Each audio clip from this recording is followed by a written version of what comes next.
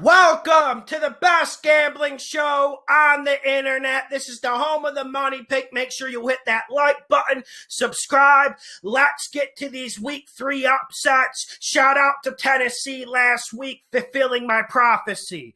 Let's get to the first game. We got the Chicago Bears, the Bears, +7 at the Cleveland Browns. I have to throw this into consideration because I think Justin Fields is going to add a lot this game. Chicago Bears have a very bad offensive line. That's why Fields' mobility should help. Chicago doesn't really have a great running game. I truly believe Fields will help the running game with the read option. You get the extra number in the box, and they're going to desperately need it against Cleveland.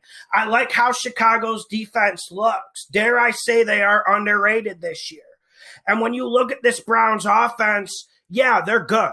We all know that, but it's the things we thought that would be good. The offensive line and Chubb, we know that's legit, but I believe the Bears get an 8-9 man fronts. They're going to clog those running lanes, and they're going to force Baker to throw. And I'm not sure this Browns offense is ready for that yet. I don't know if they're going to make anything too explosive.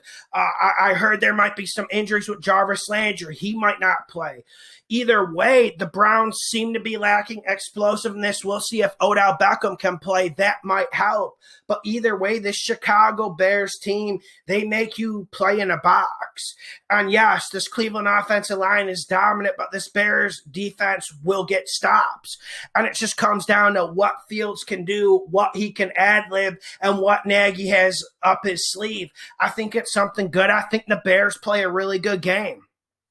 Next game, we got the Miami Dolphins +4 at the Las Vegas Raiders. And maybe this is me being speculative, but I don't think Jacoby Brissett is an advantage for the Las Vegas Raiders. I don't think he is. I think at this point in his career, and this point into his career, Jacoby Brissett is an upgrade. And I think that helps the Dolphins. I think that helps their pass game. And it is something that, sure, the Dolphins' run game is going to be missing to the read option isn't going to be in play. But maybe this team just needs a steady hand of Jacoby Brissett after getting butt blasted by the Buffalo Bills. And I think that calming energy will help. I think this is a one-possession game. I think it's going to go down to the last possession.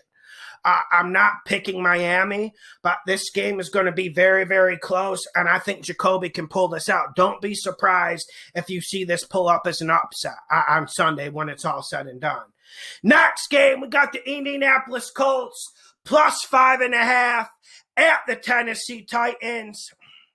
This is one where it comes down to Carson Wentz. Is Carson Wentz going to be healthy? If he does play, how much mobility does he have?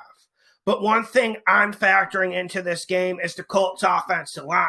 And the Titans still have defensive issues. Now, the best way to attack this Titans defense is play action and throw the ball over the top and burn them. Yes, that's been working for 3 years against this Mike Vrabel defense. But I truly believe the Colts are going to take a 70s, 80s type stylistic approach to this game. They're going to go heavy sets. They're going to go two tight ends, and they're going to try to physically demoralize the Tennessee Titans. They're going to try to run this ball down the Titans' throat.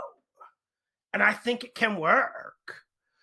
I think the Colts, this is their Alamo. This is their Armada. And whenever you face teams who are in this situation, you can't analyze it within the same frames you go about it. Because at the end of the day, this is a chemistry game. This is an energy game. And I think the Colts have more energy on Sunday. The Titans should be ready for this game, but were they ready for Arizona? There's so many times the Titans just turn off the switch. And a lot of it comes down to Mike Vrabel. Hell, they even turn off the switch in games they do show up and make stupid plays to lose games that they dominate. I think Wright gets the advantage of Vrabel here. And I don't know why people I don't know why people don't understand the psychology of this game, that this is essentially the Colts season on the line and why that might make a difference. Of course, if you get a second or third stringer in there, you know to lay off. This isn't one you put in an early bet for. This isn't one you go to Vegas for on Tuesday or Wednesday. This is one you're waiting down to the last minute and hitting it Saturday or Sunday morning. Just where you're at, where we're at with it. But in the circumstances that I think play out, Wentz gets out there at like 70% health. I think he's able to bootleg. I think he's able to throw in the pocket. And I think the other facets of the Colts win this game for them. Next game, we got the Cincinnati Bengals at the Pittsburgh Steelers. Cincy is +3 on the road to Heinz Field. Heinz Field is a very hard place to win at. And you always have to paraphrase that with every upset. But that didn't stop me from putting Raiders on last week's list. I think Cincinnati, they should win this game, especially with that Big Ben pectoral injury. Now, sometimes Big Ben and the Steelers organization, they make these Big Ben injuries sound more dramatic and melodramatic than they actually are. But there's a lot of issues with the Steelers, and they can't run the ball. Their offensive line isn't playing good enough. That's why I think Cincy will slide out of here with a W, and they didn't play good against the Bears. But also their offensive line got their ass whooped by that Bears defensive front. Now, that could easily happen again. The Bengals O-line get dominated, but I see this being a very low-scoring game, and I see it coming down to which quarterback can make the bigger play. And right now you have to roll with Burrow, especially given Big Ben's injury concerns. Now, you never want to go against the Steelers 2 weeks in a row, especially at Heinz Field. But the way Cincinnati – the way the Steelers looked and the way Cincinnati at least played well against Minnesota week 1, this is a toss-up game, and I'm not so sure Cincinnati doesn't win it, man. Next game, we got the New Orleans Saints at the New England Patriots.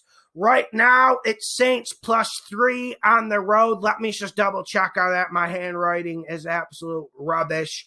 Let me just double-check on that game. But it's +3. Saints are +3. And when I look at that game, this game comes down to who's going to run the ball better. That's where I'm at. I think both defenses bring their game. I think that's why we have the low over-under total. I believe both defense come in here and they bring their game, but I think the Saints are going to be better at running the ball. And when it comes down to famous Jameis or Matt Jones, sure, I understand why you might say, hell, I'm riding with Matt Jones in a defensive football game because this damn Jameis Winston is so careless, he'll throw away my bet. And it's just a trip to go get a beer. He'll throw away 2 interceptions on 2 straight possessions and 4 or 5 plays and absolutely take a dagger to your heart and just stab it up on your floor and just tear up your money and just throw it all around. That's Jameis Winston. I understand you don't want to trust in this man. He's not someone you want to put hard-earned money on, but this is more about Sean Payton. This is about the Saints running game. This is about Alvin Kamara. This is about a physical Saints defense. This is about a rookie quarterback going up against Sean Payton. I know you guys love using that framing to defend Bill Belichick, but that's the situation here. Sean Payton and this defense play physical, and I think they're more physical than the Patriots in Foxborough. Saints leave with a victory. Let's get to the next game. We got the Philadelphia Eagles at the Dallas Cowboys. We got Philly +4 right now, and it's hard to go against the Cowboys, right? They roll into LA and they beat Herbert. Now, there were some questionable calls that game, but without DeMarcus Lawrence, with a blinged up Randy Gregory, for them to get that W, I have to tip the fedora to Dallas a little bit. I will tip the fedora. But I do think it is a little bit of fedora tipping with people starting to hop on this Cowboys bandwagon. And I think old school hard hat construction hat type football will be what wins this game. And are you going to sit here and tell me the Eagles are going to run it back? The Cowboys are going to run it better than the Eagles? I don't think so. Are you living in 2018? Are you living in 2019? I think the Eagles control time of possession this game. Now, listen, the Eagles-San Fran game was rather disappointing, and I told you guys it was San Francisco as a money pick, and you guys thought I was just shitting on the Eagles. No, it's just more about San Fran and that defense. But if you watch that film, the Eagles' offense actually wasn't that bad. Hurts wasn't that bad. He didn't get a whole lot of help, but he did make some plays and he made some good throws. I think Hurts has over 70. I think he's in the 70 to 85 rushing yards mix. I think he gets that. I think he puts that up on the board, and I think he makes a few big plays. Now, Dak's going to throw that ball all around the park, and that's what he's going to do. But that Eagles front, they're going to put pressure on Dak, man. Dak better be ready. And he manipulated that pocket pretty good against the Chargers, but we saw the Chargers get stops, man. We saw the Chargers get stops. So I think this defensive line, because they are healthy with Graham and Fletcher Cox, as long as they are healthy, they are a tour de force. I think Hurts wills the Eagles in this game. Next game, we got the Arizona Cardinals -7 at the Jacksonville Jaguars. I'm joking. Don't touch this one. I really wanted to touch this one. I watched the Jags-Broncos film last night, and I thought maybe I would see something that would inspire me, that would maybe captivate me, that maybe was something we could use 3, 4, or 5 weeks down the line. But there's nothing coming out of this Jacksonville team, unfortunately. They played terrible against Denver. I don't want to see any of you touching this, even if it's against the spread. I understand 7 at home, Arizona traveling a long way, but don't fall for this trap. Sometimes it's more about the upsets you don't bet than the upsets you bet. Hit the like button, subscribe. Make sure you check out my Patreon page. Link in the description. Let's get this money. Week 3, baby.